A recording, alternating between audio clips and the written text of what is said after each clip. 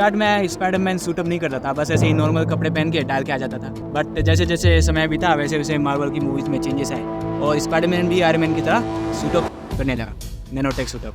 तो बस आज हम वही नैनोटेक सूटअप सीन रिक्रिएट करने वाले हैं।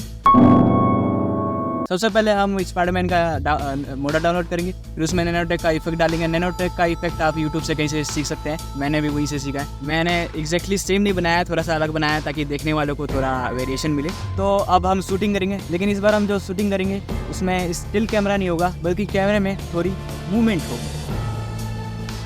फिर ब्लेंडर के कैमरे में अपनी वीडियो को इम्पोर्ट करके जो स्पाइडरमैन का मॉडल है उसे मैं अपनी बॉडी के साथ अलाइन करूँगा। अब इस अलाइनमेंट में बहुत सरदर्द हो जाता है, क्योंकि जो मेरी बॉडी के डायमेंशंस है और जो स्पाइडरमैन के मॉडल के डायमेंशंस है वो अलग अलग है। कई बार मुझे स्कल्पटिंग करनी पड़ती है जिससे मेरी बॉडी और उसका जो मॉडल है वो एक जैसा लगे। तो इतना करने के बाद इतना होने के बाद हम सीधा रेंडर नहीं करेंगे। अभी मैंने बताया कि कैमरा स्टिल नहीं है, तो हमें कैमरा ट्रैकिंग करनी पड़ेगी। पहले कैमरा ट्रैक करना बहुत मुश्किल हुआ करता था, लेकिन अब ये बहुत आसान हो गया है, क्योंकि मार्केट में एक नया प्लगइन आया है जिसका नाम है जियो ट्रैकर, जो कि फ्री भी है।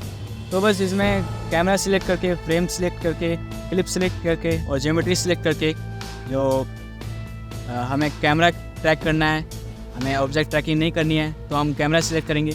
उसके बाद ट्रैक के आइकन पे क्लिक करके इसको ट्रैक कर लेंगे। अगर आपकी फुटेज में रोशनी है तो ये अच्छे से ट्रैक हो जाएगा।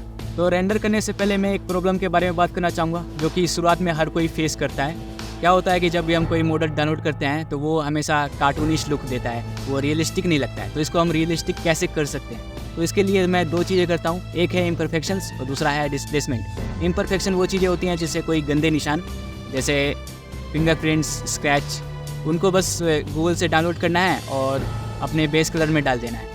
और दूसरी चीज़ है डिस्प्लेसमेंट। डिस्प्लेसमेंट से क्या होता है कि जो हमारा मॉडल का सरफेस है उसमें उबड़ खाबड़ आ जाता है, उसमें डेप्थ आ जाती है, जिससे वो रियल लगने लगता है। बस हमें इसमें कुछ डाउनलोड नहीं करना है, हमें अपना बेस कलर को ही डिस्प्लेसमेंट में डाल देना है। इन दोनों चीज़ों से हमारी जो मॉडल है वो रियल लगने लगेगी।